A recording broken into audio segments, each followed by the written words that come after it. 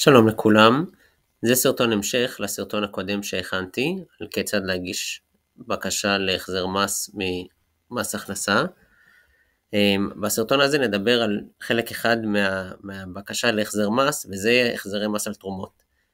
המדינה נותנת הטבה ייחודית למי שתורם כסף לעמותות שונות, וזה נקרא החזר מס, שזה סעיף 46. סעיף 46 בעצם אומר שעל כל תרומה, על כל שקל שאתה נותן למוסד שמאושר לתת לו תרומות, אתה מקבל 35 אגורות בחזרה, בעצם 35% בחזרה. על כל 1,000 שקל, כל 1,000 שקלים, אתה מקבל 350 בחזרה, על כל 10,000 עד 3,500 שקלים בחזרה.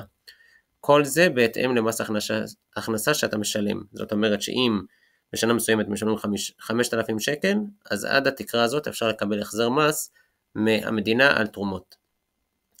התהליך של החזר מס על תרומות הוא יחסית פשוט, כל מה שצריך זה בעצם רק קבלות על התרומות שלכם. זה יכול לחזור עד 7 שנים אחורה, בעצם 6 שנים של דיווחי מס אפשר לקבל החזר עליהם, ובסרטון הזה בעצם נדבר על איך אפשר לעשות את זה אם עד היום לא עשיתם את זה. האתגר העיקרי שפוגש בן אדם כשהוא בא לעשות החזר מס זה הקאדר, הטרטרת שסביב הדבר הזה, זה להתחיל לאסוף קבלות ולראות ומכל המקומות, ואיך אני אזכור איפה תרמתי ולמי נתתי, ואיך אני אתחיל לדעת, והכאב ראש שנתון בזה בעצם הרבה פעמים מונע מאיתנו אפילו להתחיל לגעת בזה, כי זה נדמה כיותר מדי עבודה, אז יאללה, חרם על הכסף. אז זה משהו שאני רוצה שנדבר עליו, לנסות להבין איך אולי באמת אפשר כן מהיום והלאה, או מעכשיו נוכל לעשות את זה בצורה יותר טובה. אז דבר ראשון לגבי החזר מס, היתרון המרכזי שאנחנו בעשיית החזר מס, זה רק נהיה יותר קל עם הזמן. אחרי הפעם הראשונה, בפעם הבאה הכל יהיה הרבה יותר קל ומהיר. זאת אומרת, בפעם הראשונה אנחנו לומדים, אנחנו מתנסים, אנחנו מכירים את המערכת, אנחנו נרשמים והכל, אבל מהפעם הבאה כבר זהו, אנחנו יודעים מה לעשות, אנחנו כבר עשינו את זה, אנחנו רואים שזה לא מפחיד כמו שחשבנו, ולכן זה מהיום כלי מטורף שאנחנו יכולים להשתמש בו.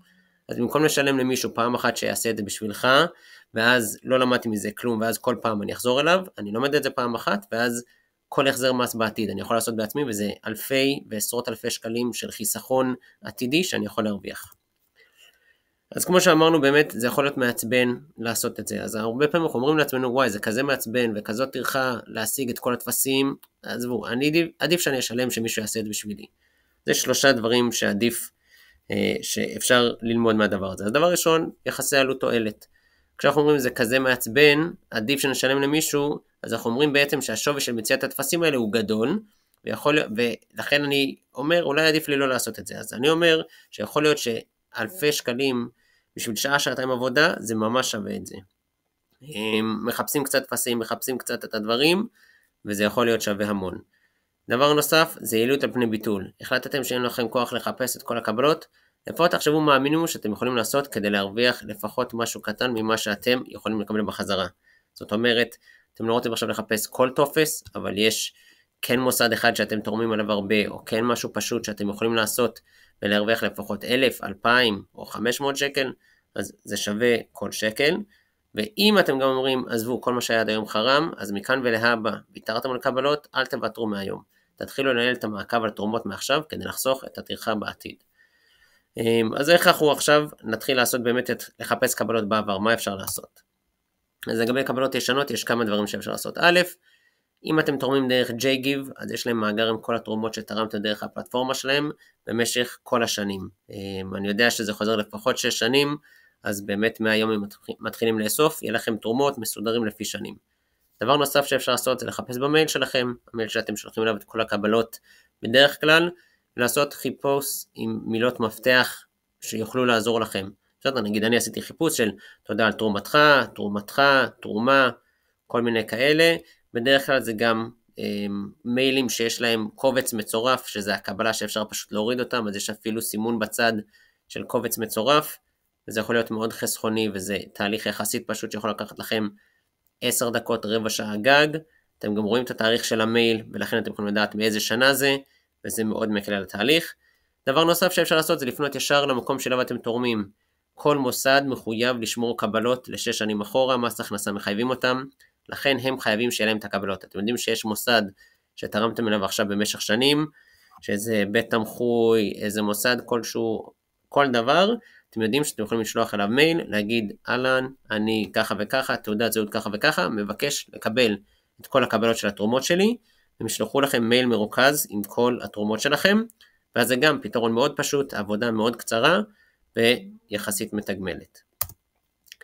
לגבי קבלות חדשות, אם באמת אנחנו גם רוצים היום לנהל את זה בצורה חכמה כדי לא להסתבך, אפשר לעשות ממש תיקייה מסודרת של כל הקבלות שלכם, על כל תרומה של תורמים. אני עכשיו אראה לכם מה אני עושה, כדי באמת לייעל את זה, וכשאני מגיש בקשה להחזר מס, לוקח לי ממש דקה לאסוף את כל הקבלות שלי, בגלל שעבדתי 30 שניות כל פעם על כל קבלה חדשה, זה חוסך לי את העבודה.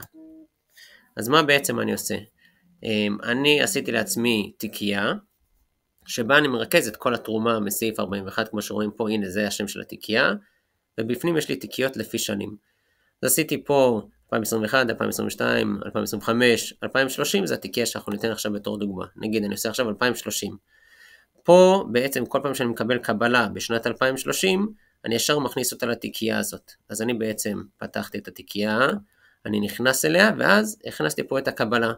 עכשיו, במקום השם הגנרי של התיקייה שאני מקבל, של הקובץ שאני מקבל, אני מחליף את השם לשם המקום אליו תרמתי, את הסכום שתרמתי, וככה בסוף שנה, כשאני רוצה להגיש את הטופס של החזר מס, בעצם יש לי רשימה מאוד גדולה של כל המקומות שתרמתי אליהם, עם הסכום, ואז אני יכול לחשב במחשבון כמה כסף זה, במקום להיכנס לכל קובץ, ולהתחיל לחשב. אז נגיד יש לי עכשיו 10 קבצים, וכל אחד מהם כתוב כמה זה, אני לוקח מחשבון מחשב, ואז כשאני צריך להכניס בבקשה של ההחזר מס, כמה כסף אני מבקש עליו החזר, יש לי את זה ממש מולי בעיניים, וזה הופך את הכל ליותר קל ופשוט.